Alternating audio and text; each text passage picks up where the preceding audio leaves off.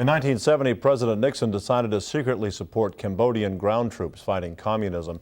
A couple dozen men, including Roger Hammond of Green, Maine, were asked to volunteer for that mission. They came from all walks of life, but they had at least one thing in common. They all spoke French.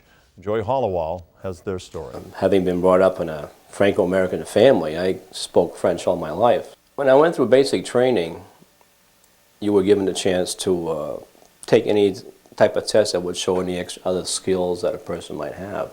I said, well, I'll take the French test, figuring maybe somewhere down the road I'll be able to put it to good use.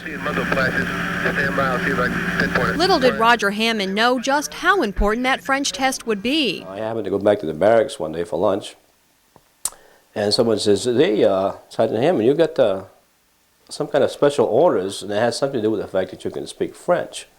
It wasn't until Roger arrived in Thailand several weeks later that he was finally told the truth. I was going to be an interpreter speaking with the Cambodian ground commanders. We're airborne on the half hour. Roger Hammond was now a rustic.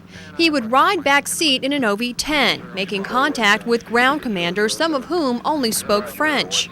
Roger would then translate the information back to base.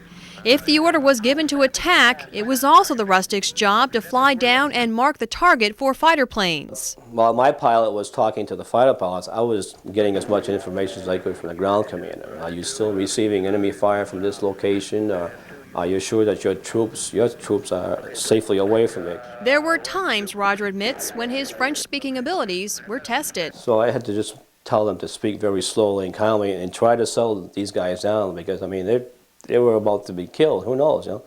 Have your troops moved back up towards your position yet? Negative. We had some pretty serious and intense conversation with these people.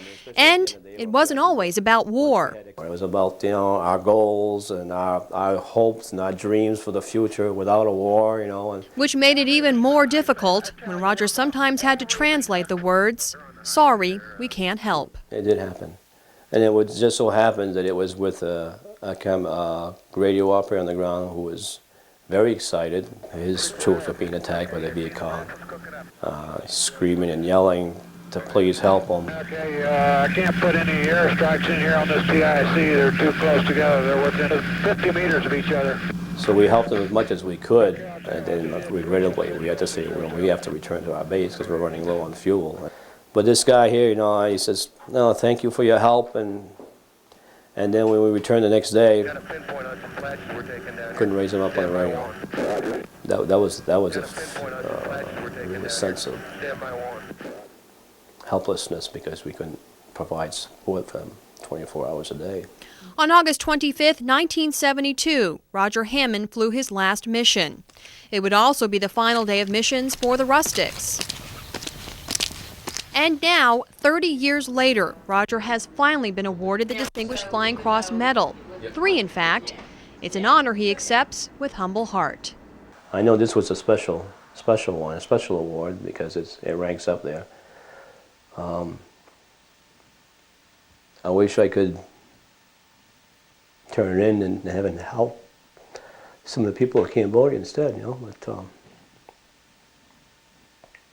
because it is still struggling. But it's nice. As for his time over there, Roger says, as luck would have it, he doesn't remember most of his missions. I remember the bad ones, and the good ones, well, there was never any really good mission. I suppose if coming back was a good mission. We have received their debt, but we never repay them. We're very sorry that we couldn't repay them. Oh, Roger, Sam, I understand. Don't worry about paying us back. We're very proud to do it. More information on Roger Hammond as well as the Rustics mission, you can log on to our website, wabi.tv, and click on Special Reports.